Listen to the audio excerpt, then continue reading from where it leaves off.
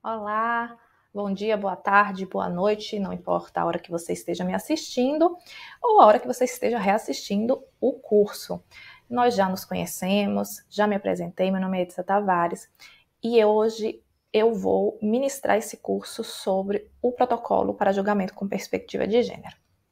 Eu sou advogada criminalista, essa é minha área, minha grande área de atuação, mas no decorrer da minha experiência profissional eu me alinhei e trabalhei com muitas ONGs, muitas organizações, muitas associações e fiz parcerias com escritórios que trabalhavam em defesa das mulheres, ou seja, trabalhavam com essa perspectiva que o CNJ chama perspectiva de gênero, certo? E o que é esse protocolo para quem ainda não conhece?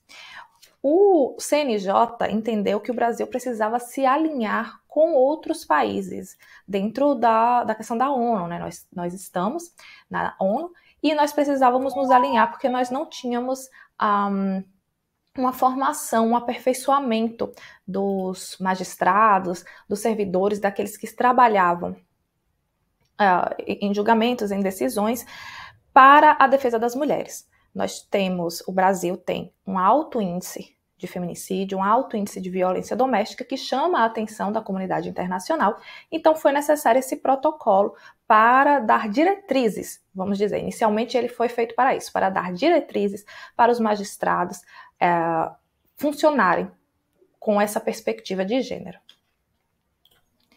Então, o CNJ fala no seu próprio protocolo que foi a necessidade, tá, de que a magistratura brasileira incorporasse práticas para reduzir o impacto desproporcional dessas violências de gênero, como são chamadas. E essa é a proposta inicial do protocolo. Seria a garantia constitucional exigida para que houvesse ali de fato uma igualdade, não apenas formal, mas uma igualdade real dentro dos procedimentos e de outros protocolos categorizados no âmbito internacional. Esse foi o objetivo, um esforço conjunto. E essa era a iniciativa, uma diretriz. Só que em 2023, o CNJ tornou esse protocolo obrigatório. Ou seja, agora os magistrados eles não podem tratar apenas como uma diretriz, ou seja, como um aconselhamento, mas como uma formação obrigatória no seu currículo e a aplicação desse protocolo, que nós vamos ver que existe realmente um passo a passo a ser seguido, dentro dos julgamentos que envolverem ali violência doméstica ou violência de gênero de uma forma geral, porque o protocolo ele navega em vários ramos processuais, não apenas dentro do direito criminal ou dentro do direito familiar, que é o que a gente vê essa disputa muito grande. Realmente ele vai ali para o direito trabalhista, vai para o direito previdenciário, então é realmente um aperfeiçoamento geral da magistratura. E se tornou obrigatório, o protocolo ele se torna obrigatório. E por que que eu trago essa noção desse protocolo para vocês, que não são magistrados, né, mas que são advogados, que são estudantes de direito, porque quem trabalhou na área, quem trabalha e quem trabalhou na área, viu ali uma forma de compreensão dessa diretriz geral do CNJ. Eu gosto muito dos protocolos do CNJ, tá? Se você me acompanha, pode ver até minhas lives aí, junto à Inove, vai ver que eu também falo sobre o protocolo a respeito de tortura na audiência de custódia. Por quê? Olha só, eu trabalhei muito tempo no Tribunal de Justiça. Como estagiária, depois eu fiquei como assessora. E eu percebi, desculpe, nessa minha trajetória, que ver como esse funcionamento interno é gerido e como funciona essa mente vai nos auxiliar muito na nossa prática. Então, esse protocolo vai auxiliar para que quando a gente esteja lá em audiência, quando a gente esteja lá protocolando um pedido, a gente se recorde de que existe uma diretriz obrigatória a ser seguida e a gente possa cobrá-la, tá certo? Então eu vou apresentar agora o protocolo para quem não conhece. Olha só, ele está lá no site do CNJ, o nosso material ele vai estar, mas também se você quiser pesquisar no Google, quando você coloca ele, protocolo para julgamento com perspectiva de gênero, ele já aparece para você. E é esse aqui o trabalho. Logo no início, nós vamos ter uma apresentação geral desse protocolo, só estou abrindo para vocês verem. É uma apresentação do grupo de trabalho responsável, nós vamos ter a história por trás, tudo isso que eu já apresentei. E esse índice vai mostrar para vocês o que eu estava dizendo. Olha só, ele navega por diversos segmentos. Ele vai navegar aqui para o direito penal, a justiça federal, direito previdenciário, direito civil, administrativo, tributário, ambiental, né? Tem outros temas transversais que seriam que ocorrer, por exemplo, numa audiência de custódia também. Aqui vai ter o guia para os magistrados e magistradas, e essa aqui a gente inicia, olha só, com os conceitos e a história por trás. Tá aqui o sumário, vocês vão ver lá. E a introdução vai nos dar esse aspecto, né? O porquê, aquilo que eu já teorizei. O porquê que ele existe, para que esse documento ele é exigido e qual é a intenção que o CNJ teve ao inaugurá-lo. Foi exatamente isso, tá, gente? Mitigar essas noções de desigualdades que não eram formais, mas realmente processuais, eram factuais no dia a dia do direito. Então, a gente vai ter aqui uma apresentação de conceitos básicos, o que seria a diferença entre sexo e gênero. E eu gostaria que, nesse momento, vocês abrissem o documento, tá? Vocês realmente observassem o que o documento ele está trazendo e também, olha só, as referências. Eu gosto sempre de olhar muito as referências, porque a gente ali pode ver uma pesquisa, pode dar uma olhada realmente na fonte primária. Inicialmente, ele vai dar conceitos básicos para que esse magistrado, para que nós identificamos, né, possamos identificar durante a nossa trajetória os significados, a diferença entre sexo e gênero, que é uma questão moderna agora, essa diferenciação, e traz principalmente para outros temas transversais, além da proteção ao direito das mulheres, como a proteção para transexuais, transgêneros. E aqui ele vai dizer o seguinte, olha, eu vou elaborar de uma forma sintética, porque o protocolo é grande e nós temos um tempo. Ele vai dizer que a diferença maior entre sexo e gênero é que o sexo seria aquele que está relacionado apenas a aspectos biológicos, tá? Essa categorização. E que esse conceito não seria mais importante, porque o conceito que melhor abarcaria esse sistema de garantias seria o conceito de gênero. Então, o que é o gênero? Aqui diz que utiliza-se a palavra gênero para tratar de um conjunto de características socialmente atribuídas a esses diferentes sexos que foi dito anteriormente, que seria macho e fêmea. O CNJ ele diz que a biologia não explica mais estas questões e, portanto, esse conceito de sexo está superado e vamos tratar a partir de gênero. Eu não vou dar minha opinião pessoal, tá, gente? Eu sou aqui, literalmente, eu estou seguindo o protocolo. Então, ele vai dizer que a sociedade impõe papéis diferentes a homens e mulheres, e é por isso que é necessário observar, através dessa lente, os julgamentos e os protocolos, tá? Após, a gente vai chegar aqui na sexualidade. A sexualidade vai falar sobre as práticas afetivas e sexuais dos seres humanos. Então, aqui realmente está falando sobre uma atuação jurídica comprometida em observar o direito e a proteção da comunidade LGBT, né? E vai falar sobre os inúmeros julgados que estão tendo cada vez mais acerca do pronome, acerca do casamento, e como os magistrados devem utilizar isso para a melhor acepção, certo? Também diretrizes internacionais, tá? Esse tema é interessante para, quem sabe, uma outra aula, porque existem mais diretrizes internacionais relacionadas do que propriamente leis nacionais no Brasil. Então aqui, olha, toda vez você vai ver, o protocolo ele termina com um quadro síntese. Então ele vai ali colocar tudo o que foi dito naquele capítulo de uma forma sintética. Então, o que é sexo, o que é gênero, o que é identidade de gênero e o que é sexualidade. No tópico 2 vai falar sobre essas desigualdades, as desigualdades estruturais e as relações de poder. Essas relações de poder, segundo o CNJ, elas são vistas através de uma estrutura hierárquica social, vai ser fruto dessa diferença de gênero, dos papéis de gêneros protocolados para os indivíduos, e essa assimetria vai se manifestar de diversas formas, incluindo dentro dos parâmetros processuais, tá? E vai falar sobre outras percepções, tá, gente? A questão das percepções racistas, das percepções homofóbicas, etc. Você nota que o protocolo ele também traz muitas pesquisas e pontos-chave da seção. Quais são os pontos-chave dessa seção? Por exemplo, seria que a desigualdade é fruto dessa existência de hierarquias, como eu já tinha dito, e que, de acordo com o CNJ, é possível ter em mente que não existe uma desigualdade de gênero única e universal. Então, existem diversos tipos de experiência. E é aí que o CNJ vai falar, por exemplo, sobre raça, cor, classe, etnia, de uma forma geral e sintética, né, para a gente iniciar o protocolo. Vai falar sobre a divisão sexual do trabalho também. Olha, eu estou correndo, a gente já está na página 24, porque aqui realmente é uma leitura histórica, conceitual, e a gente vai partir para a prática.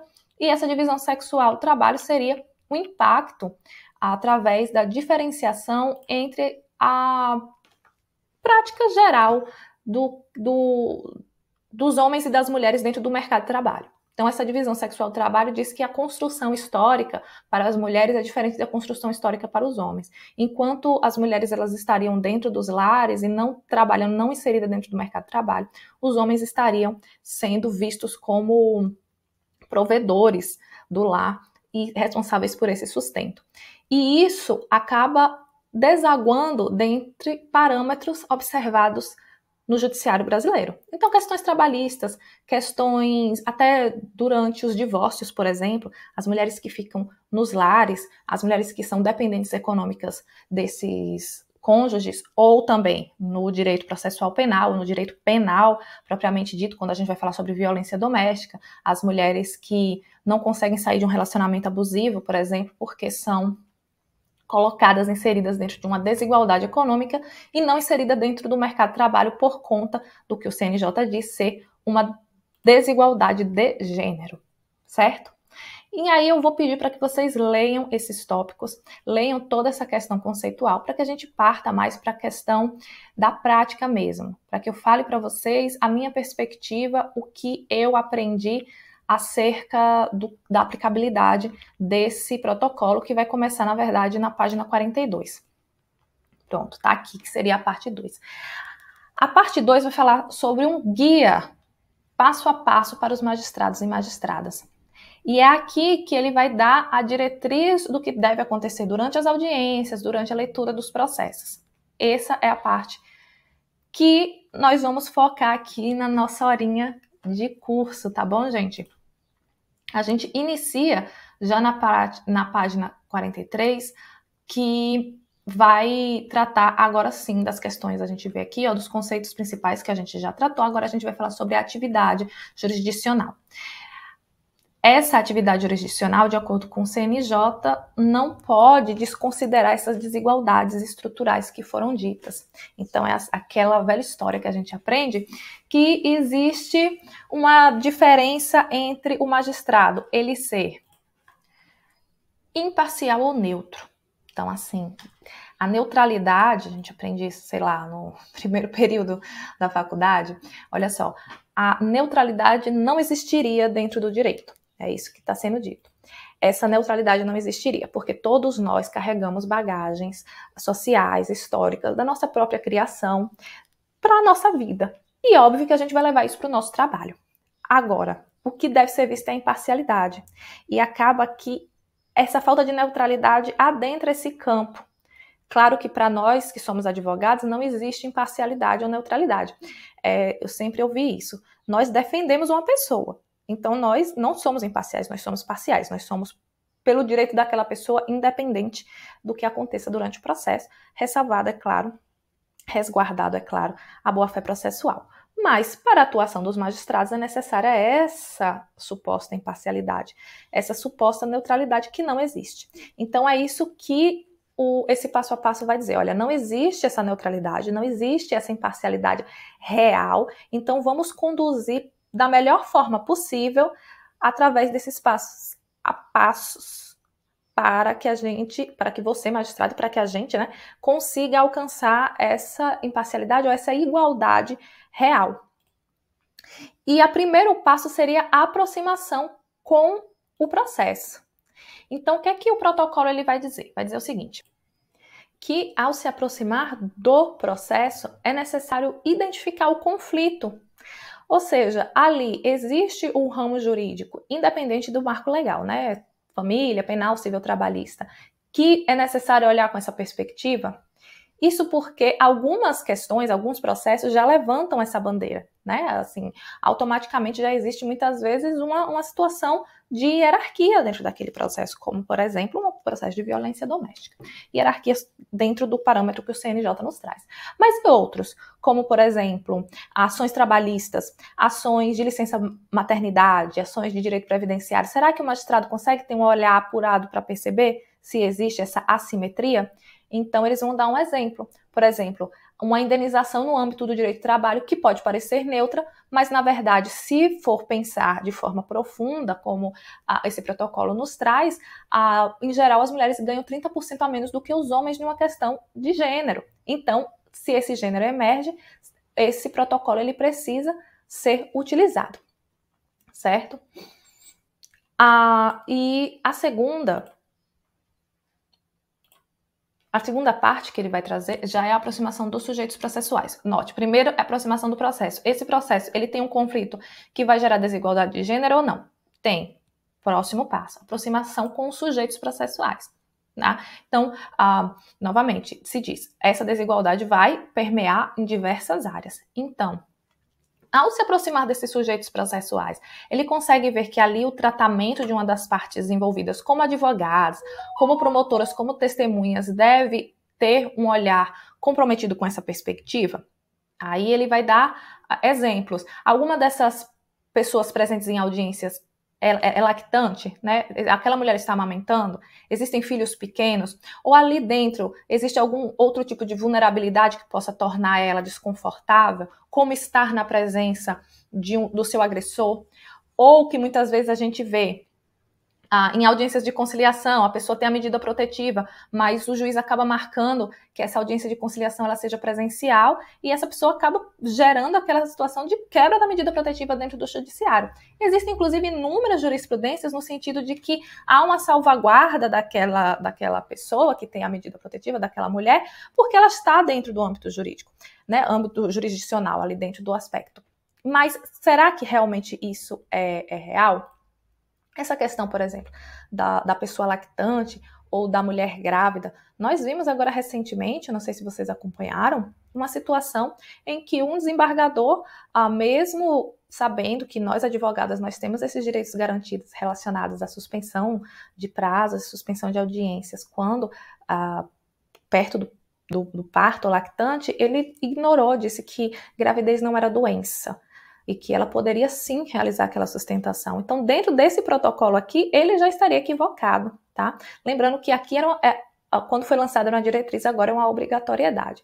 Então, é essa aproximação com as partes, com esses sujeitos processuais, que vão dar esse time para o julgador saber se existe ali um obstáculo. Logo na página seguinte, 46, vai falar sobre isso, né? Que a advogada gestante, lactante ou adotante, ela já tem esses direitos. E é necessário olhar, conduzir através desse direito que está inserido em lei, mas também dentro do protocolo. Fala também sobre medidas especiais de proteção. É o seguinte, será que ali existe uma necessidade de uma medida especial de proteção que não está sendo pedida ou que não já estava anterior, já, por exemplo, as pessoas que estão em situação de violência doméstica? Esses deferimentos ou não de medida de proteção devem ser pautados nessa análise de risco e do princípio da cautela, conforme essas assimetrias potencializadas por essa questão de gênero entre homens e mulheres, conforme o protocolo. Então, aqui vai dizer, existe aqui alguma medida imediata de proteção? Por exemplo, antes mesmo que seja pedido, o julgador ele pode observar que ali existe uma necessidade de uma medida protetiva? Alguém está em risco? Alguém pode sofrer alguma violação de integridade física ou psicológica depois daquilo? daquele momento processual, por exemplo, uma audiência, como eu tinha dito anteriormente, né? Aí, novamente, que o magistrado deve se guiar através desse passo a passo. Aí vamos para a instrução processual. A instrução processual, nós estamos na página 47, que vai tratar realmente de questões chaves. A instrução processual está reproduzindo violências institucionais? A instrução processual está permitindo que a produção de prova seja feita com qualidade? Isso aqui, gente, foi realmente trazido após a questão da Mariana Ferrer, da audiência da Mariana Ferrer, que mostrou o que nós já vemos muito, principalmente advogados criminalistas, né? Que é um desrespeito grande à vítima ali dentro. Às vezes, realmente, existem profissionais que passam do ponto e acabam deixando aquela vítima mais vulnerabilizada ou, conforme a doutrina criminalista fala, principalmente dentro da criminologia, fazendo uma revitimização daquela vítima. E é exatamente aqui nessa instrução que vai falar que o julgador ele tem que perceber essas dinâmicas e afastá-las. Ele tem que agir de forma ativa, afastando aquela situação. Então, vai falar, por exemplo, as perguntas ali dentro da instrução processual, seja de quem for, estão reproduzindo estereótipos, estão, por exemplo, questionando a qualidade da maternidade, estão questionando o comportamento da mulher.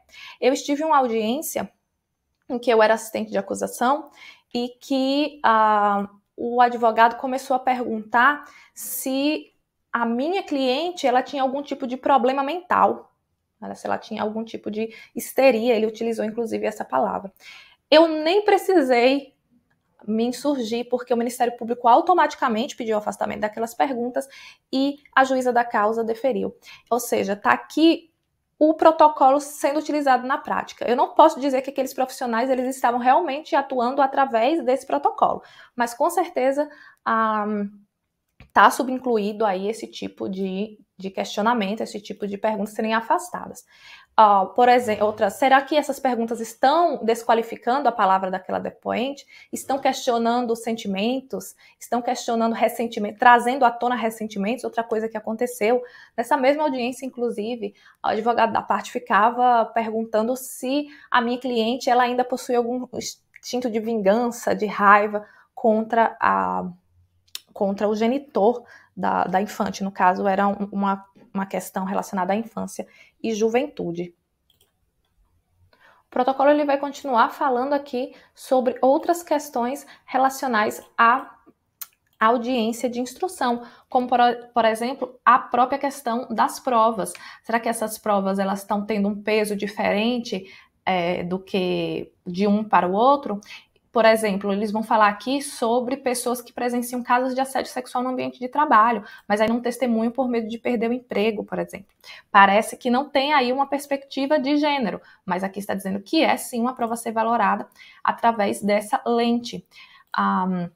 Outra questão para ser trazida é a questão da violência doméstica, da violência dentro do sistema intrafamiliar.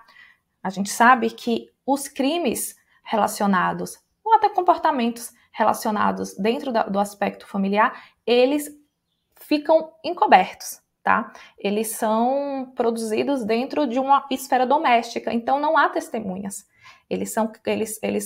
As únicas testemunhas são os presentes, ou seja, são as partes. É por isso que existe uma questão de valorizar a palavra da vítima em relação à questão das outras provas, que é realmente algo que muitos profissionais falam mal, né? Dizem que isso é ruim para defesa daquela outra pessoa. A questão é que é exatamente isso que acontece. Dentre as questões domésticas, ou dentre esses sintomas mesmo das relações intrafamiliares, tudo fica encoberto. Então, como essa prova ela pode ser valorada? Como pode ser retirada uma prova desse ambiente? É exatamente aqui o ponto-chave da seção da prova. Por exemplo, uma prova geralmente considerada relevante poderia ter sido produzida e não foi produzida. O delegado de polícia, o Ministério Público, ele passou por cima dessa questão.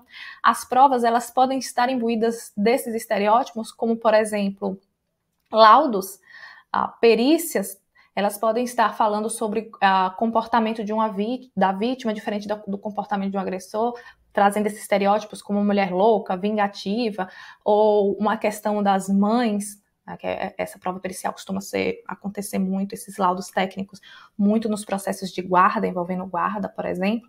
Então, é aqui a valoração da prova, vai falar sobre como pode ser relevante utilizar esse olhar. E aqui para a gente, para nossa prática, é muito bom, porque a gente pode utilizar desse protocolo para falar acerca de provas que foram produzidas e que a gente, com esse olhar técnico e aguçado, vai interpretar dessa forma, vai olhar, trazer o protocolo e chamar a atenção do magistrado, da magistrada, da magistratura, do Ministério Público, ou seja, das outras partes que estão inseridas nesse contexto.